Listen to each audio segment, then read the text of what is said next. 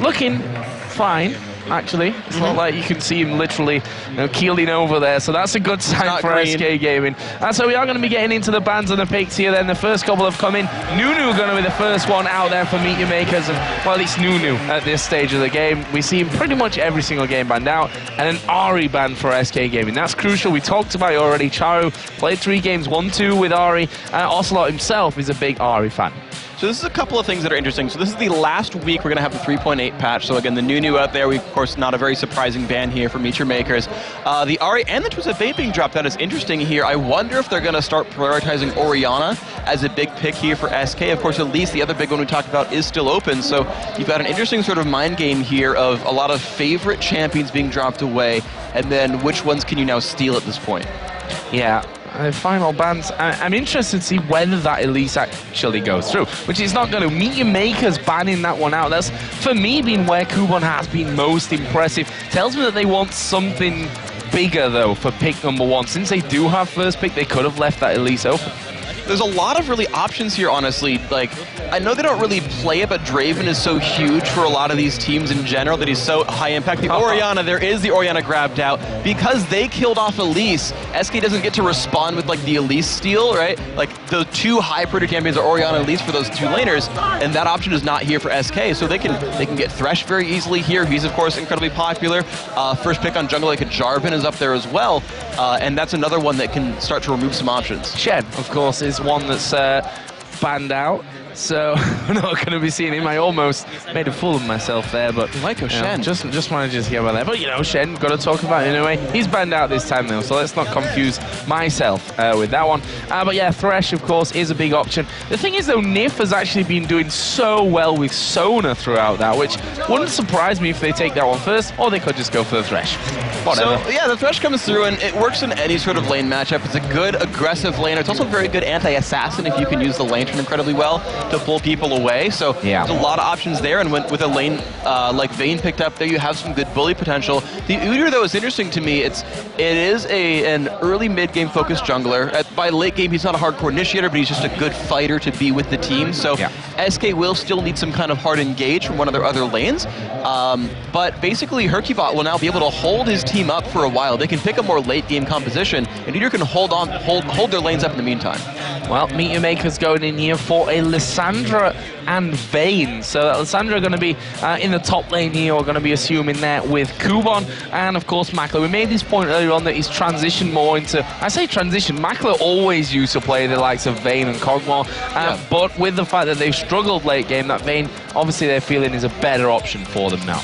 Yeah, they didn't win last time they had Vayne, unfortunately. A rough week for them last time around. But grabbing the Lissandra here is so great. They've got an incredibly good initiation combo where Lissandra can dive in, lock people down. They can wait a second, then Shockwave, put the full team together, and at that point, SK would be so crowd controlled, they'd be locked up for so long that Makler just has a field day on Vayne, can kill whatever he wants, and is generally going to be untouched. And I like Vayne Orianna in general as well, just because you can keep her safe, you can give her those shields, the armor and Amardo to, wait around in heavy area of effect team compositions. Well, we saw there the Quinn being locked in. We've seen it twice so far in the European LCS Summer Split. 1-0 of the game so far. So we'll see if SK can break that trend here. And also the Kennen going to be locked in for SK. This is very interesting because now it's very, very, very dive heavy. So Quinn Thresh is, and I didn't even want to say Quinn Thresh necessarily because it could always be in the mid lane. That's where White Knight actually played it when he played it last for alternate. But they've got really good bully potential. If Quinn gets a couple of good marks from her passive, she will just run over your lane. Yeah. She will destroy you. The bonus damage of that is so high. If she gets a couple of lucky triggers, you're pretty much done for. And her trade potential is so high, she can land the Vault, which automatically triggers another passive proc, will keep hurting your health there. And then, if she snowballs ahead, she becomes an assassin. Quinn will ruin your day in the mid game, roam around, chunk people out, and win team fights. And then you have Kennen follow up. This is a very good team here for SK. Well, it looks like MeetYourMakers going to finish off their lineup here with a Volley Bear for the jungle, plus the Nami support for Charu's Vayne. Sorry, for Michael's Vayne. Yeah, so I like this as well. So you've got more hard engage. you don't, like, Volibear is hard to start team fights with, but he can follow up really, really well, and they've already got Orianna and Lissandra to do that. Also, any lane that Volibear ganks has some crowd control to help. You've got Nami with the knock-up with the bubble, you've got Orianna with Dissonance or post 6, she has the shockwave as well. He can gank for Lissandra as well, she has good follow-up. So Volibear has a lot of easy ganks here in front of him, and that's very good. He can follow up on the initiation, as can the Nami as well, and then you talk about Vayne Nami as a duo lane, and they can bully a 2v1 very, very well, and they have just enough sustain, I would say, to even survive against Thresh Quinn. I think it'll hold up. Well, we're going to find out here where Kennen, where Quinn is going to be in this whole setup here for SK Gaming. Certainly a bit different to what we've seen them running here before. And then we see a Xerath coming out, which tells us that it will be a Thresh Quinn lane with that Kennen in the top lane by all counts. So this is interesting because there's enough hard engage for MeetYourMakers to deal with Xerath. Xerath is strongest when you can't get to him and he just sieges you forever and you just cry a whole heck of a lot. And this basically hedges SK's bets on initiation. They don't have a guy like Lissandra or Jarvan who just starts a fight. Instead, they're going to do a lot of damage from afar. If you get into SK, they've got Kennen, they've got Quinn, they've got Thresh, and you're already weakened from the Xerath pickup. And so Mim's health bars are going to be pretty low. They don't have a lot of sustain in general. They're going to rely on the Orianna ball to sort of hold on against the Xerath barrage and then hope that works out. Now, if SK does get some good things going on early on, then they have good follow-up, though. Kennen, Udyr, Quinn as well, they can all dive in and follow through. So if Ocelot ganks off to the side or something like that, they can all show up and make life miserable. Well, we've got the picks in for this one, and MeetYourMakers against SK Gaming. We said it before, you know, last time they met was the kind of crazy one. We saw the Rengar and Skarner come out, and again, different picks here for SK Gaming. You know, the Xerath, the Quinn.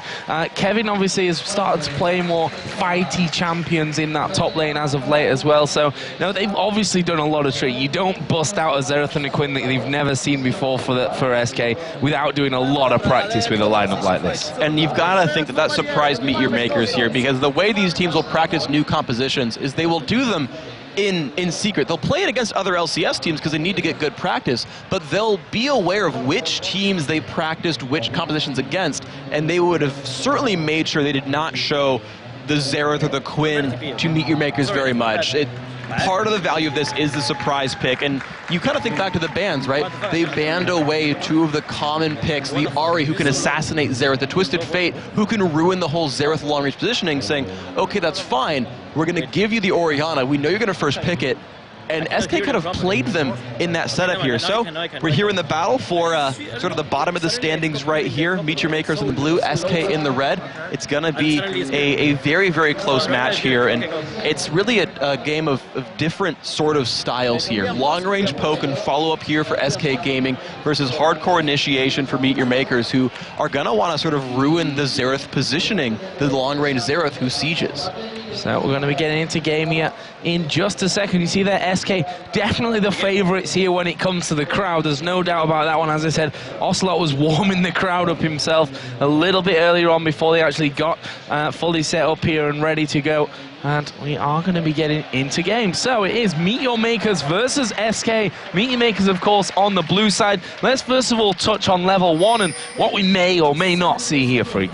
So you look at the sort of setups here, and you have decent level 1 for MeetYourMakers, because if they land the Orianna bubble, life is difficult. However, Hercubot doesn't want to start Bear Stance. There's no easy crowd control for SK, really, because Hercubot's going to want to start Tiger with Phoenix, right? He's going to want to be a damage threat in the actual jungle itself. So SK can get some early wards down, and they can kind of rely on Nif's Q, but they don't really want to fight here, I don't think. So look at this. An early ward was put down there from MeetYourMakers, and SK respond with a pink coming straight out from now on. So they're going to clear out the vision that MYM have over their own red buff. We've just seen their Libic warding the SK red as well. So we'll see if this actually ends up being anything. MYM all recalling from that one. SK slowly but surely working their way through the buses, just checking with the death sentence, with Ocelot as well. And they've got now good vision on this bottom side of the map, but the fact that they don't really know where MYM are may even scare them off somewhat. But they've given themselves complete ward control over this side of the jungle. They're actually looking to do something a little bit cheeky here and try to get some early level 1 advantage off of their champions here. There's zero vision for MeetYourMakers. They've already recalled the Kennen back, but MeetYourMakers have to be very careful. That ward's going to get spotted by the pink ward, and SK could clear that out and still get control over the red buff. Well, MYM are walking in here.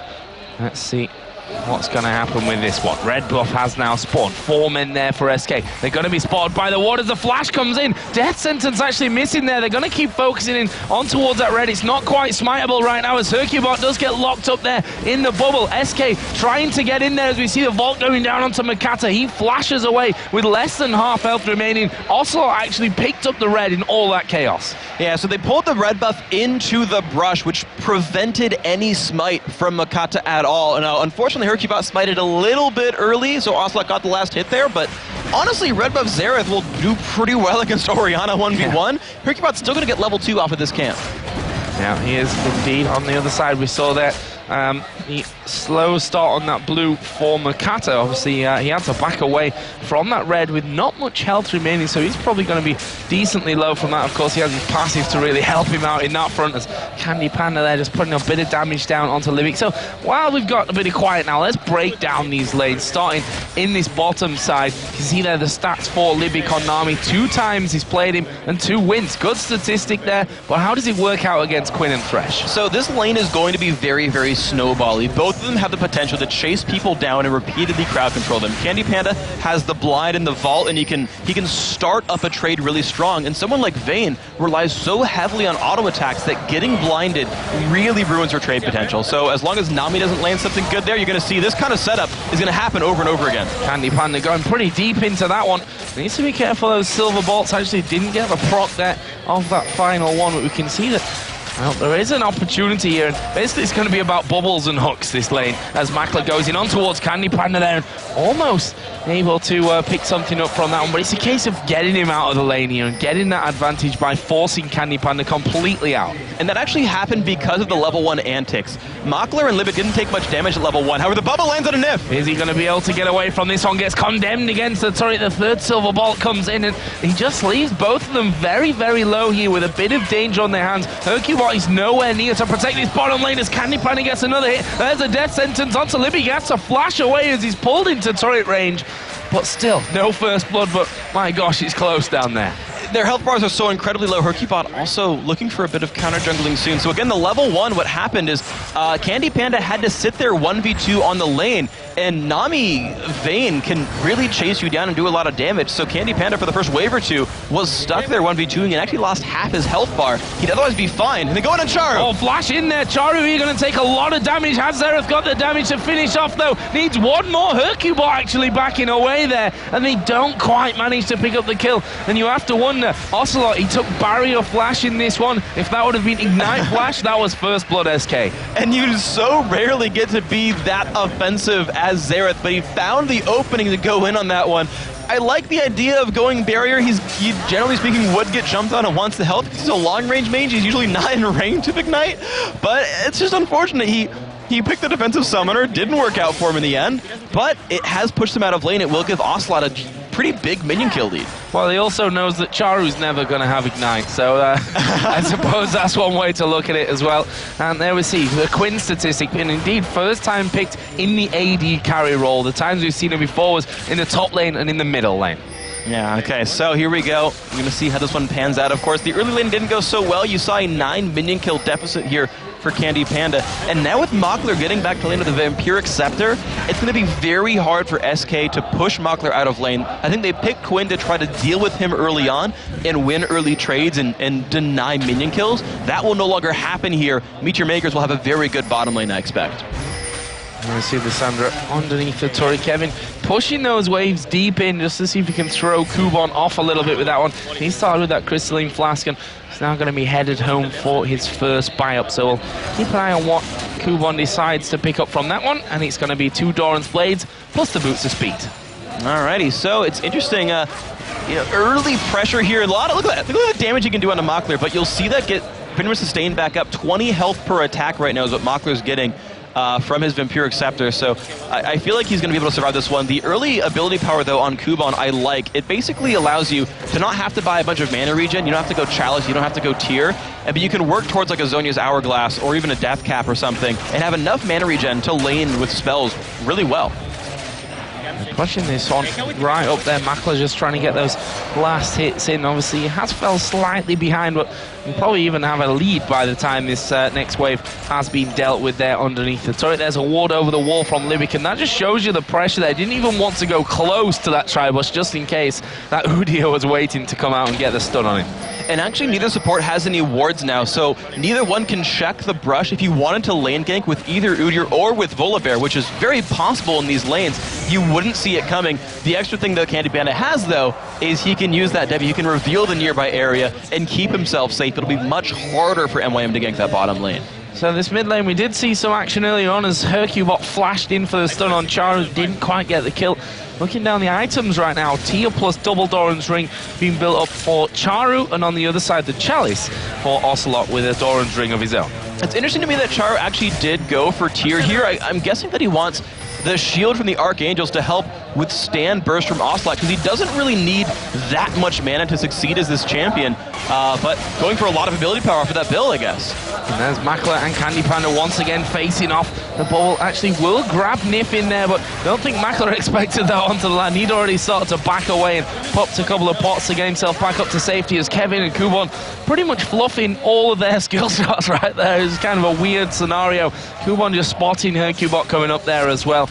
Not quite able to get in. If we compare the impact of this Udyr to someone like Diamond Prox, who's probably been the most outstanding Udyr player we've had in Europe in recent times, he's not quite had that scary bear noise Udyr that comes out of the brush, and as soon as you hear that noise, you know you're in trouble. Yeah, he's not managed to find the openings here, and I guess in some sense it's a little bit hard for him to gank these lanes. You saw the good attempt there in the mid lane, backed by Ocelot. The stun came out from Xerath, and it worked almost really well, right? There was 50 health basically left on Charu. They nearly got the kill picked up. It was a nice attempt, but when you try to gank like a Lissandra or Nami Vayne, and Vayne can just condemn you back all the time. It's so hard for Hercubot to get in here. It'll help him control the jungle. He'll be able to counter gank successfully, but in terms of forcing engages, he doesn't have a lot of openings. Look overall down the CS here as well. The only real difference is in this top lane. 10 CS is the difference at the moment in favor of Kevin, who, as we said, forced Kuban out of lane somewhat earlier on. He's got that Doran's Blade plus a Ruby Crystal, boots of speed, and a rejuve bead, so he's kind of got a little bit of everything at this point. He does. He's going to go for the early Haunting Guise for some extra damage output with his ultimate and his general burst combo being a little bit stronger. But what you're seeing a lot of that is what happens when you open with a Doran's Blade early on Kennen. You just have more auto attack damage. It's easier to last hit things with basic attacks, and as he keeps pushing onto Kuban, Kuban has to rely more on ability cooldowns to last hit stuff. So we see here that Makata actually going in for the Elixir at this stage again. Talk us a little bit through that one, Freak. It tells me that they're really looking for something very soon. It's a big burst of durability and damage, and he can use that successfully. He has pretty good auto attacks. He gets free attack speed from his W. It's surprising if they don't go for like an early dragon. It's just sort of strange to see it, because he could get closer to the Spirit of the Ancient Golem. I just don't see it very much. Well, we'll see if that does have an impact, as we are going to see the Lantern Gang coming in. The box is down. Libby gets a good bubble off. The tidal wave comes out here, but they're chasing in. But there's the shockwave coming down from Charu. He's teleported down there as Makler goes in. There's the flash. First blood coming down for MeetYourMakers. And in this top lane, Kevin here and Kuban going head to head. No kill out of that one, but that first blood coming in, and there is the danger of that teleport once again of Charu. And that bubble from Libic was so freaking good. When he saw the engage come in, he knows that, oh, well, when Thresh comes in with the Lantern, Udyr will be directly on top of him, gets pretty much everybody in the Aqua Prison, and that gave them enough time for the teleport to come in, everything to happen. Such amazing play right there, and Candy Panda now getting a little bit hurt. Yeah, we saw actually Makler being locked up there with the hook for a while, but didn't actually really do anything from him. Didn't follow through to get that flay and knock him backwards in the end.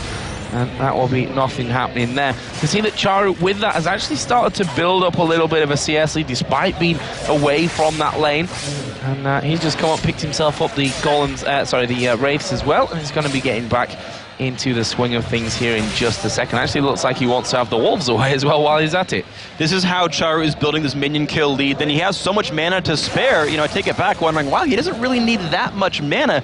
But Doran's Ring plus Tier gives him essentially infinite mana. And here comes the jump on. Oh, they fling Kevin back. He's not escaping this one. Makata picks up that kill, and he didn't even need the elixir for it. Wow, amazing, and that gives him control over the turret. They're not going to go to actually take it down right here, so Hercubot will get the farm picked back up. And that was an amazingly well done gank right there. And we talked about how you can easily gank, basically follow-up gank as Volibear for these lanes because there's so much crowd control to set the Volibear up. Unfortunately for them, the kill is in top lanes. They don't get to take Dragon off of it unless he recalls and goes down, but that's not what Kuban's doing. No, mid lane was just pushed up there as well. As we said, Charu starting to build that nice lead up as see Makler here. Is he going to get pressured? The hook actually missing there. He tumbles out of the way of it, but Makler going to take some damage now as the Aqua Prison comes down. Doesn't quite catch Candy Panda, and it looks like SK might commit. No, just trying to force MeetYourMakers out here once again. And right there, that is the trade power of Quinn. You can see that she was not harassed there. Got to just put damage onto his opponent. And I want to give you guys the update on ability order. He's maxing Q, which is the blind, and then the E second, which is Vault on Quinn. So for what it's worth, he's going Blade of the Ruin King, max Q, max E, 1 points W. Right now we see SK starting to move up towards Dragon. The problem that they have is that Makata is on that side of the jungle right now. They've got vision of the Dragon itself, and they've seen them running up the river for this one. So this is going to be a 3-man Dragon attempt. We can see that Ocelot is starting to come around the bottom. Charu doesn't have teleport available for this, and SK being rightly cautious about this one. I'm a little surprised they were so scared because Charu was not there, and although they couldn't know this, Hercubot's smite was up while Makata's wasn't, which is another lead they would have. There's almost no way to steal the Dragon away at that point, but with enough fog of war, they're not knowing how close Charu was to the battle. They didn't want to risk it. SK feeling more confident in their late game potential of saying, yeah, we have a 1,000 gold deficit, but we'll turn it around, don't worry about it. MYM just put a pink ward of their own down there on that Dragon, just wanting to make sure that they, even if they can't fight for it right now, or don't want to fight for it right now, that they at least have vision so that SK don't get that sneaky one in, which would bring the gold back to bang even at this point if they manage to sneak that one out. Here's Makata just trying to get in towards that middle lane as again Makler and Candy Panda exchanging a little bit of damage. But kind of surprised that there's only that one kill coming in this bottom lane, because we have seen, you know, a ridiculous amount of damage being exchanged between the two. That was an interesting scenario as Makata puts the ward on the other side as to where Hercubot was actually recalling from. Didn't see him. The blue buff will be coming up in the near future for these guys, though, so it's one thing that MeetYourMakers says, look, it's something we probably want to think about contesting. Orianna is winning this lane. She's pushing incredibly well, holding Ocelot back towards his own turret. Also recalls in time to have items in time for that blue buff respawn and be ready to fight for it with an item advantage. But, you know, it gives a lot of pressure away on this mid lane. It allows MYM to put some stuff down there and even get some harass on a Hercubot. Yeah, two bears going at it there in that mid lane. Let's see who gets the better time of that one as Makata continues to make his presence felt around that blue buff, and it is of course there for the taking now. So let's see if MeetYourMakers can actually steal this one away. Hercubot's on the other side of the map doing the red buff right now, so this is going to be a successful steal from MYM. And look at the rest of the team moving over. The bottom lane shows up as well to help cut off Nif and Candy Panda to make sure they can't get in and stab Makata in the back. Amazingly well coordinated team play by MYM. The first 50 minutes have always been good for them, and you see it from moves like that, saying, hey, I'm stealing blue, bottom lane show up too. So, is Nif going to be able to land one of those killer hooks? And Jason made a good point in the amateur game earlier on where he said, you know, that just one hook, you can miss 5 or 6 in a row, but it only takes one good hook to come in to really separate you in that bottom lane. And you can see the CS is not quite a 10 difference. Only that single assist coming down onto Vayne, obviously from that teleport kill a little bit earlier on that MeetYourMakers pulled out. But this game right now, 800 gold is all that separates them. And that Dragon is pretty much the thing that could decide, you know, if MeetYourMakers can jump to that bigger lead or if SK can bring it right back level. And right now there are no wards in the inventory for MeetYourMakers. So that pink ward that went down for Hercubot, this ward right here from Ocelot that can spot Charu coming from mid down the map. The bottom lane ward of the river just timed out, but again, there's no vision of Hercubot. And the thing is, they have to just blind face check it if they're going to go for this. Well, Hercubot has started things off there, and he's feeling a little bit worried about that one. He's wondering, can I risk it? Are they going to spot me as they come down? And actually, MeetYourMakers, you know, they probably weren't even aware that Hercubot was quite on that one. Now they've pinged in towards the tri-bush. They know that that Lantern gank has happened against them before, and that SK would, or the MYM, sorry, would possibly go for that one in the end of the SK would go for that one. What am I talking about here? I'm getting a little bit confused. But, you know, better safe than sorry from that one. Not pushing up too aggressively, not knowing exactly where everyone is. And the real test for who really wants Dragon is which top laner actually leaves his lane first. Typically, these guys do tend to farm up for a while, but Kevin, he's now got his rank 2 ultimate. He's level 12. If he shows up for a team fight, he will have very large impact here. Makler getting chunked down. Going in there, we see the box put down from Nip, not in the right places. Makata comes around. The focus comes down towards Candy Panda. Has to use his barrier, but he's a dead man. Makata picks up that kill, and that will leave him in a great position at 2-0-0. MeetYourMakers again showing, now Makata, he's done so well to sneakily get into that top lane and the bottom lane here. 2 consecutive kills for him. He hasn't ganked all that often, but when he does, it's definitely worked right here. And that's one of the powers you get when you push that lane so hard over and over again. You deny wards into the brush, you keep them dark, you keep them in the dark, you keep them blind, and then you get to show up for that gank. Finally, you just layer all your crowd controls, get the flip back in, you get the kill out of it. So, right now, SK hanging around. They're the ones with the pink ward on the Dragon right now. That was interesting. Ocelot actually missing both of them as he fires long range through into the brush. But either way, it's going to allow them complete control of this Dragon. With MeetYourMakers recalling from this, this will bring SK to within about 300 gold the difference. It's a very surprising turn of events here because MeetYourMakers did get the successful gank, and their health bars were decent. After that engagement, they just chose not to really pick up some kind of major neutral objective after that battle. So SK honestly gets the better of that trade. They lost a kill, picked up a Dragon. They put the gold lead within 500 right here. They didn't even have to send Kevin down to pick that one up. So he's still able to farm. You're seeing Kevin's build, the Haunting guys again early on there for the early damage output, going towards the Abyssal Scepter because he's facing a lot of magic damage in the enemy team. But the fact that he won't have Zhonya's for a long time could be very scary. The possibility of one-shotting Kevin in a team fight is here for MeetYourMakers. So, where are we going to see this next action coming down? Possibly here at the top. A wise ward, though, from Kevin, you know. He's been tricked by that once. It's not going to happen to him again. That ward in the first brush reveals that Makata has sneaking into that bush, but he won't be able to get anything. And you know what's interesting about a ward like that is you can check if there are wards in a brush by standing still and seeing if your character auto-acquires minions. If you hit minions, it means you're standing on top of a ward and they know. By putting it in the other brush, they can't make that sort of check. They might not know they're getting spotted, but Hercubot, it's going to be rough for him. Yeah, he's probably not going to survive this one. Flashes away, but there is Charu.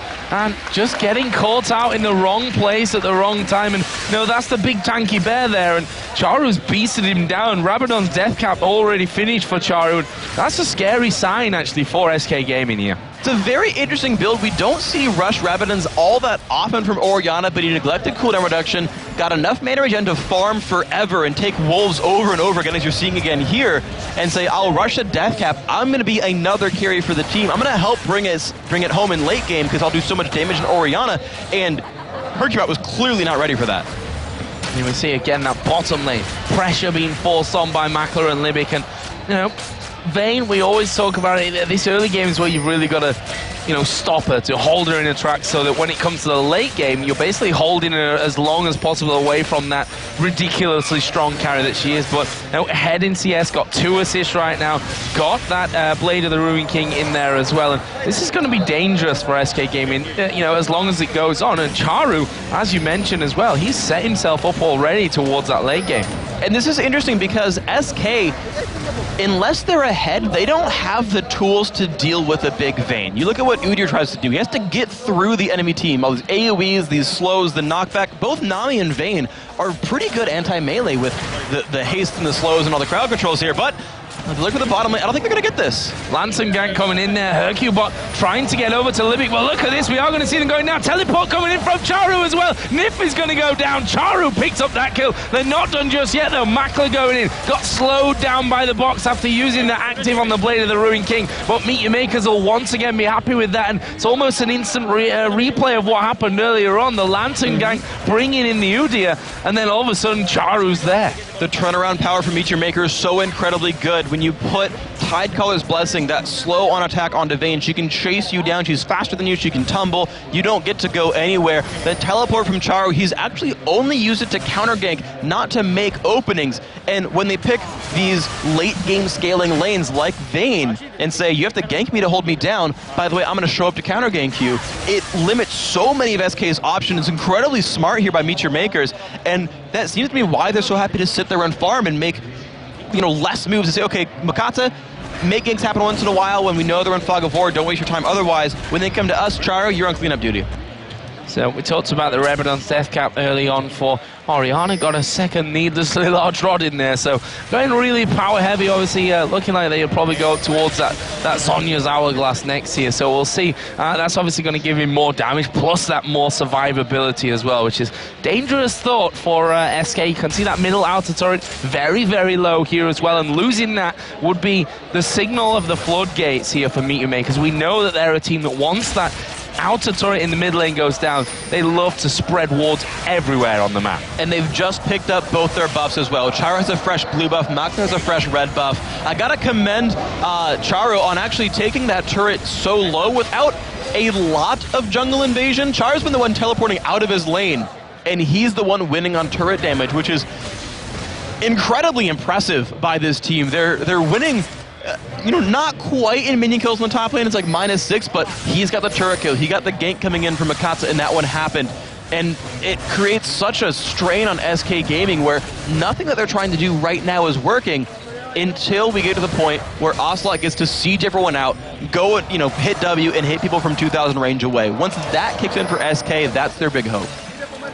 We see that both top laners actually coming down onto this bottom side now that that outer turret has gone down for SK Gaming in there, and they're going to be trying to hold desperately for as long as they can. I mean, obviously it's just a matter of time at this stage when it comes to holding on that outer turret in the mid lane, but at least prolonging it will give them that chance of holding things on there. Candy Panda, he's going to try and farm back to the level that Makla's already at. Makla himself not got any kills just yet, but he's not died, and he's picked up assists for 3 out of the 5 kills so far. Yeah, Vayne's in a pretty happy place right now. She's got the Zeal, almost the Fan Advancer done, the Blade of the Brewing King and the Berserker's Greaves are there, so she's got team fight power. Like, whatever, I mean, gold is nice and all, but she's got enough damage to really contribute to a fight. The Ruin King as well, just so useful when dealing with champions like Kennen and Udyr who want to dive on top of you, so Makler is set up for success 100%. He's probably going to be fine. What I want to point out, though, is actually over on Kevin's side, because he's stopped going towards Abyssal Scepter, got the Negatron Cloak to deal with his lane, okay, I can accept that, and then says, I really, though, do need Zhonya's for this team fight. He's still a good ways away, but with him here, they could potentially push down for this dragon.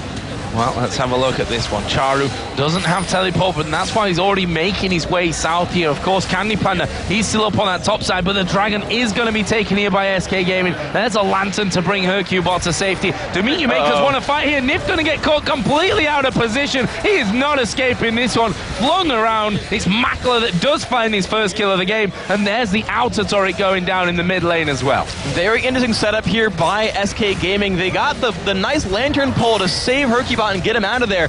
You know, you're melee, you're stuck in the dragon pit, yoink, you're going to be safe. It's a really well set up sort of situation, but then they kind of split ways, and Charu cut off the escape of Nif, which is an incredibly smart play to cut off one of those escape routes and catch a free kill, which gave them the turret as well. They're not done here, MeetYourMakers, you know, they're going to go through as you see the shockwave coming in. There is Kubo from the side, the tidal wave comes through, Makata riding on top of them as well. Candy Panda has to flash away. Great play out of MeetYourMakers, but they're not done. Here is Ocelot damaging down onto Makla, but he's not quite got enough to finish him off.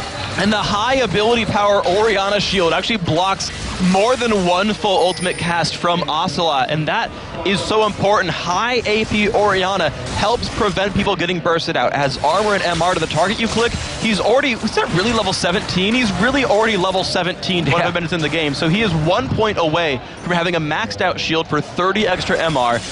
I want to actually get the actual value of the shield right now, because he's giving a 360 point shield to any target who gets focused down by the Azereth here. So Charu's pickup here is going to work actually quite well against SK's game plan.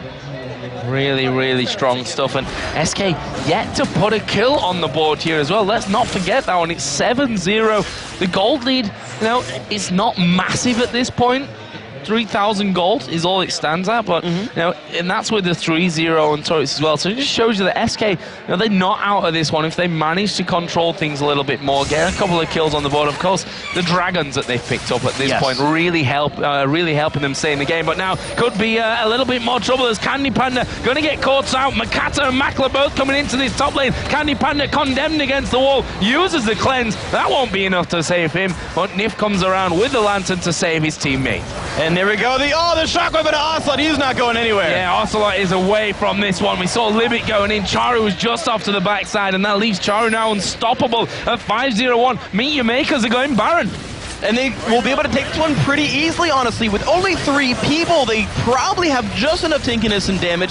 They could pull Kuban down if they needed to, but they should be all right here. Makata has the passive available, so tankiness they've got. Oh, they're trying to get in onto Kuban with this one, but well, you don't lock down Alessandra that easy. They have no idea that this Baron is being done right now. MeetYourMakers going to take that one nicely after those kills earlier on. Finally gets finished off, and that will leave them at 9-0. And look how the gold's changed. 5,000 it is now. It's a couple of thousand more than they had just half a minute ago. Which is a lot of great plays by them. The counter gank in the top lane is set up for Baron. Charu trusting his team enough and knowing the power of whether or not they could kill Baron and saying, look, I'm going to teleport bottom lane. I'm not even going to be able to help you if they counter gank you. If they gank you at Baron, sorry, you're on your own. Just to stop Kevin's push in the bottom lane. Got himself a little bit more farm. 306 minions at 27 minutes, by the way. Huge margin. A huge minion kill lead for Charu. Said, yeah, I'm going to leave you guys alone. I'm going to get some minions. I'm going to save this turret. They're protecting every possible opening while still taking all the offensive moves. And I said Candy Panda using the cleanse, which of course he doesn't have. He's been forced into that Quicksilver Sash here along with his Blade of the Ruin King, whereas you look on the other side, that Phantom Dance already done. There's a Negatron cloak in there coming out for Vayne right now. And just overall, MeetYourMakers with that last little fight here have really brought things out for them as Kuban just gets knocked down a little bit by Ocelot, but they may be able to just brute force him away from this turret. And you see the Ocelot using the range of Xerath to try and stop it, but you're not going to stop a Baroned up MeetYourMakers from taking that inner turret. First one of the game. Yeah, and look at Makata's health bar. He face tanked that turret with just an Orianna shield and lost maybe 50 health at the end of the day right there. And this is sort of the reality for MeetYourMakers. They've got because Charu is so far ahead, he is able to make anyone withstand Ocelot's burst. They've got a very far ahead Mockler who is just nice and fed enough on Vayne. Hasn't been donated a lot of kills, but held up in his lane, got a good number of minion kills, got the assist a whole bunch, still hasn't died, of course, as no one has on the team. And so they have whatever they need. When Kuban finally does join the fights and initiate, as we saw last time on the secondary turret for SK, they've got all the makings of a very good team comp with gold in the right places. And catches like this, I don't know if it'll even mean enough. Well, they've done a lot of damage here to Libic, but look at Kuban, he's right in there. There we see the shockwave coming across as the tidal wave will join in as well. SK very, very hurt from this one, but MeetYourMakers going to follow up. It looks like that was just a case of bullying them away from that second inner turret of the game here for MYN. They've got enough damage out there. The long-range engagement potential from Kuban and Charu, basically, they can jump in there, do a bunch of stuff, and then get out safely because of how durable they are ultimately. And it's ironic, but that's what SK wanted to do. They wanted to go deal damage from 1,000 range away, force people off the turret without taking any kills, and gain a big advantage. But MeetYourMakers have the poke that they need to force SK away without starting a fight. Makla just been shot down there by Ocelot, stopped him from recalling, and he just tumbles away to recall from by that Tribush. So not really a problem for him there, because he can kind of waiting for those minions to actually come to him in that lane. I mean, hard to lock down a Quinn, certainly, but also not impossible, as we've seen before. The condemn from Vayne, forcing him to use that Quicksilver Sash, or maybe we could even say forcing him to go into that Quicksilver Sash in the first place, is certainly a knock on how far he can go with this one, as Makata is chasing down Nif right now. You see the flay coming out, and Makata not quite able to get in there for the fling, but they bullied them out of that blue buff area. So this is the sort of interesting setup, because honestly Candy Panda will be a pretty good duelist. He's got the mobility tools he needs to outplay most of the champions on MYM. If Candy Panda plays it right, he'll be okay. The problem is their team is not in that same sort of setup right here. MeetYourMakers have control of the map. They've got a 7,000 gold lead. The Dragon is theirs for free because they're wearing Baron buff. They've got more kills. Like, there's a lot of reasons why this MYM team is ahead. And so it's on them to keep making the plays and keep pushing forward.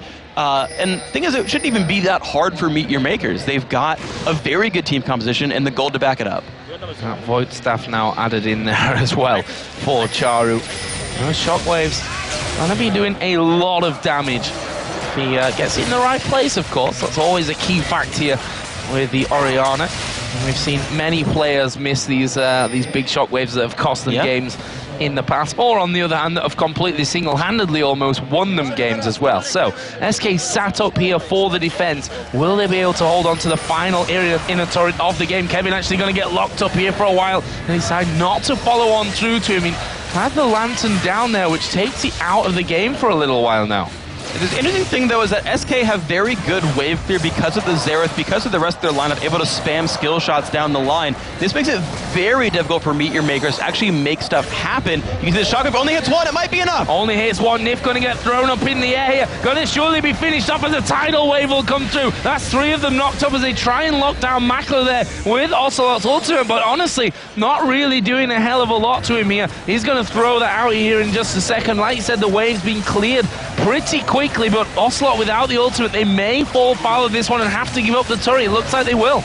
Yeah, the Lysandra right there actually forces Ocelot to continually back up. Whenever the Ice Claw comes out, he can't stay siege and kill minions. He's got to leave and walk away, or he gets stunned and just insta-burst it out. So even though he could normally wave clear, Kuban just faking his E, throwing it out there saying, if you don't leave, you'll die, gets to stop the abilities from coming out. You've got like, these mind games constantly with these wave clear situations.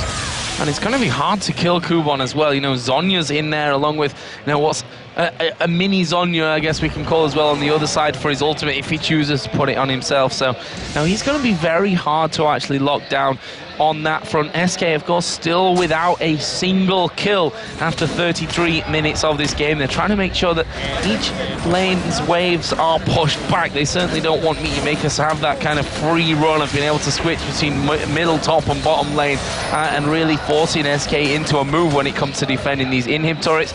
Second Baron of the game will be up in less than a minute's time. That could be the next target here for Meet Your Makers. It's a definite possibility right here. The thing is, they need to weigh 2 things. One, how do we efficiently win this game to give as few options for comebacks as possible?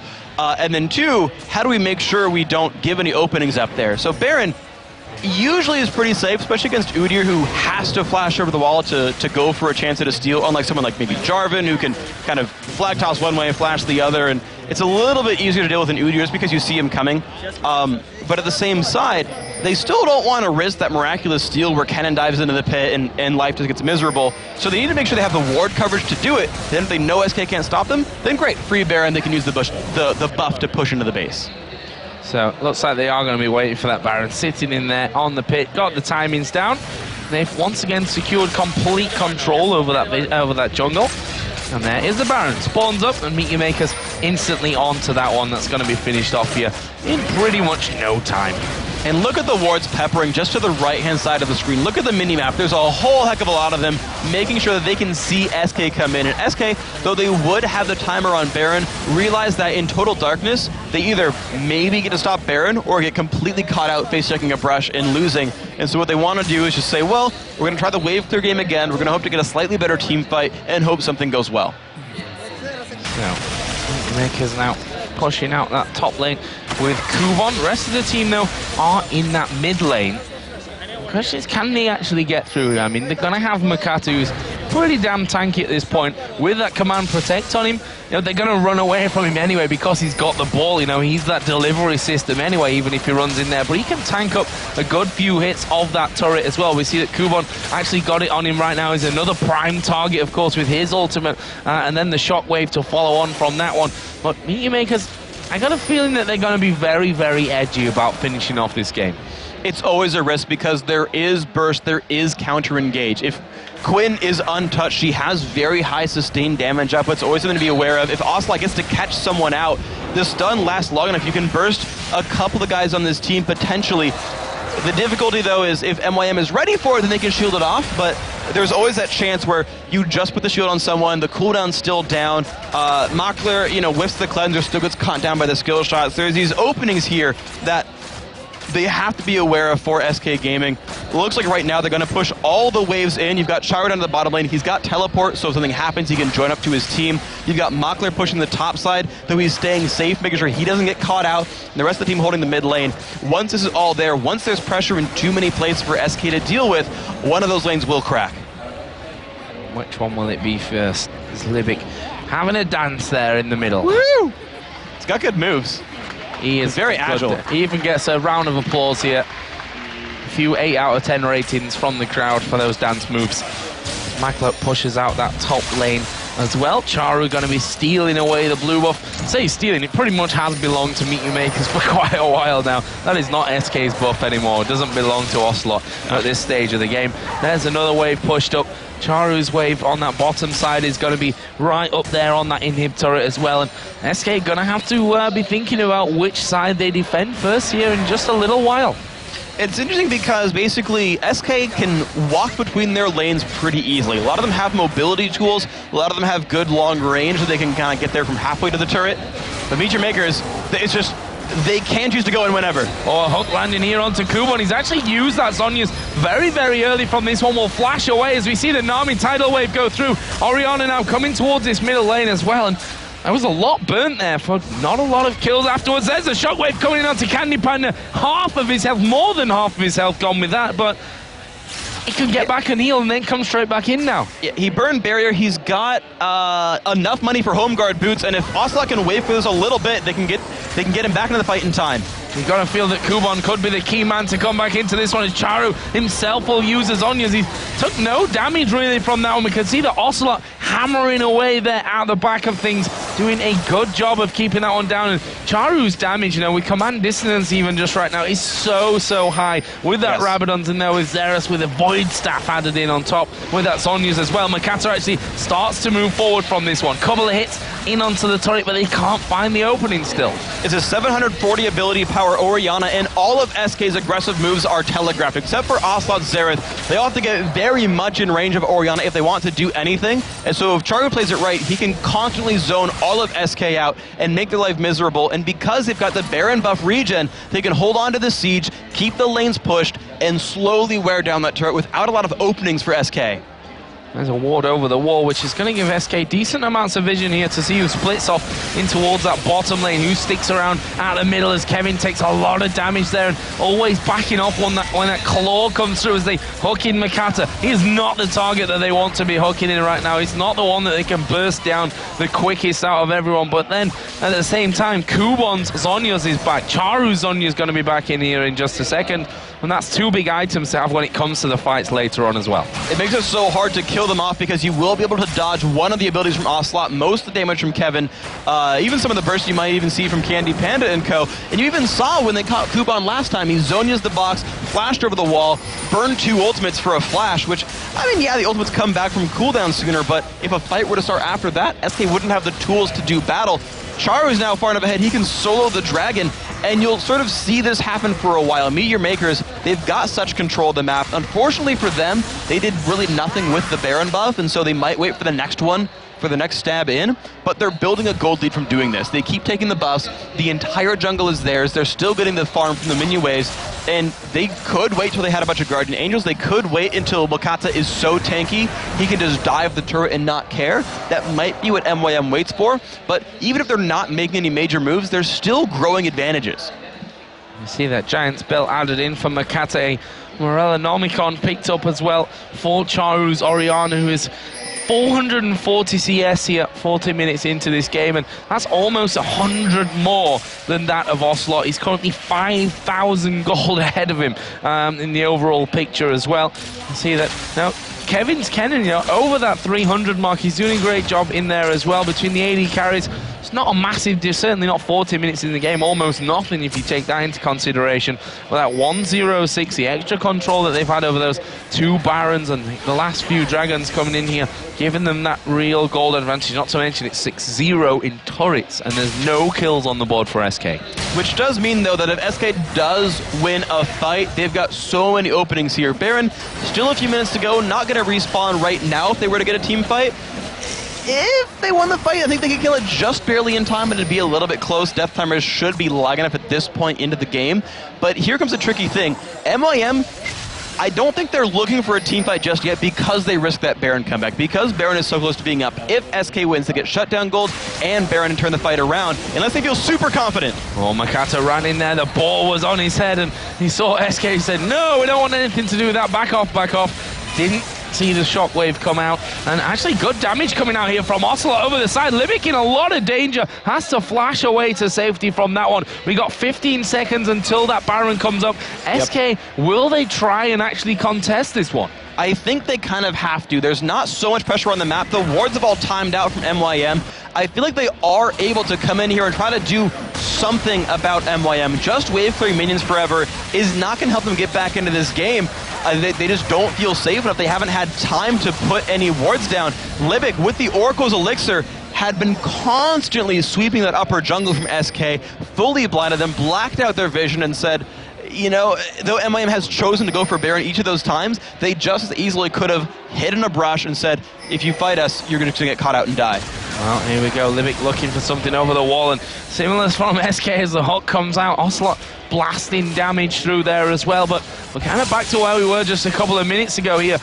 Plus the fact that MeetYourMakers, of course, now have that Baron buff running on them. We'll see if they can make more use of it this time around. And the interesting thing is that the items are no longer going to keep coming in for Charo. He's got everything that he could possibly buy at this point on the champion. He's got the highest AP mix build he can go for. If he keeps taking minion kills, he's actually denying gold from his team.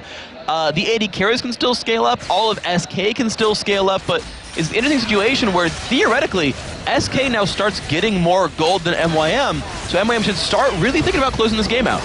Well, they are going to push now onto that turret. It's at less than half HP. Still no engagement from this one, and Makata actually going to go very low. Shockwave used though, he gets 3 of them in there as a tidal wave comes across. Brilliant bubble coming out there. Double kill for Vayne. That's 3 men down for SK. Only 1 down for MeetYourMakers, and now they have a chance to get themselves through and possibly win out this game. And of course, you're seeing that they are doing an amazing job, though. The burst all came down onto Makata's Volibear, the tankiest member of the team, which gave them really free reign to counterattack the rest of the SK lineup. And you saw that right there, the CC combo, the initiation potential. When you put Shockwave onto a Nami bubble, dear God, does that hurt SK. They have no way of dodging that ability. The Shockwave, of course, is going to land when you put that on top of the slow from Lissandra. Then that crowd control lasts long enough, you can go in again. Kubon is going to go in there. Nif actually flashing away, but he's being chased down by Makla, who's now on a rampage. Ocelot trying his best to hold them off, but that won't work out for them. And it looks like inhibitor number 2 is going to be falling here. Not going to stop Makla now that his ultimate is down, even though he's trying his best here, is Ocelot, using that range to keep out of the way of him. But after that, it is going to be 2 inhibitors down. MeetYourMakers fall back here, and that final push may come in just before that Baron runs out. Let's have a look how much time it's got left on it. Actually, I guess it's a minute and a half. Oh, it's a minute and a half. So they've got time to get back, buy up what they've. Most of them can't actually fit much more into what they have got there, but now they'll be back here soon enough, I'd imagine, before that Baron runs out to try and bring it home. Makata almost has enough money for his Warmog's armor right here. He's very, very close to it. He's actually recalling at this point and is, I think, just 50 gold shy of that. So they might just wait for that item to come on through. But basically, MeetYourMakers can just sit there and slow roll the top lane as the rest of their lanes really pull attention away from SK. And as the ultimates are all back available, Flash is not so much, but ultimates and the items are. Kuba can start up a fight just like last time, self-cast the ultimate, Shockwave comes off, Nami Bubble lands on top of that, and you just crowd control the entire SK team, or at least the ones that are caught out by that, for a good 2 to 3 seconds. And that, you saw the combo come together so incredibly well. The Orianna ended up being, though SK wanted them to get it, ended up being a really huge champion that broke apart SK's lineup. Well, MIM are now pushing up towards this top lane. Charu going to be joining both Makla and Libic there. Kubon not too far behind them either.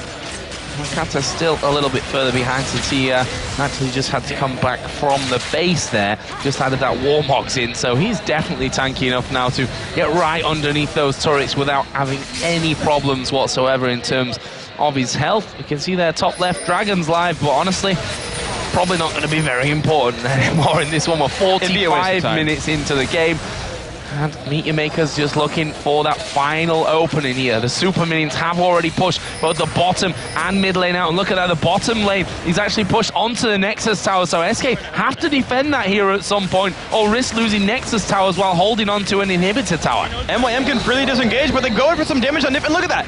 They know that minions will kill the base for them. So they're like, all right, look, leave and deal with this now, or we get control of your Nexus for free. They're not even trying to dive the turret, but now they have the numbers advantage, they can go. Now they go in there, and well, they're on towards the turret from this one. Ocelot going to be charging up. Good blast onto 3 of them. MeetYourMakers back off once again, wait for the next wave. Look at the Nexus turret, so they're being hammered away here by those super minions. They might be able to save that one on the bottom side, but it's going to be close either way as Kevin takes another chunk of damage. There is Nif held up inside one of the bubbles as Makata gets a blast from Ocelot's ultimate, but Nif going very low. Zonya's used here by Kuban. Kevin gets destroyed before he can really do anything. Candy Panda dives into the fight. He will try and escape from this, but they're all so very low. Makla was chasing in. They're going to take inhibitor number 3. The Nexus turrets must be going very low with this one as well. Could see that one is in fact already down here. The second one is on less than half HP. And MeetYourMakers right here, right now, are going to finish off the Nexus itself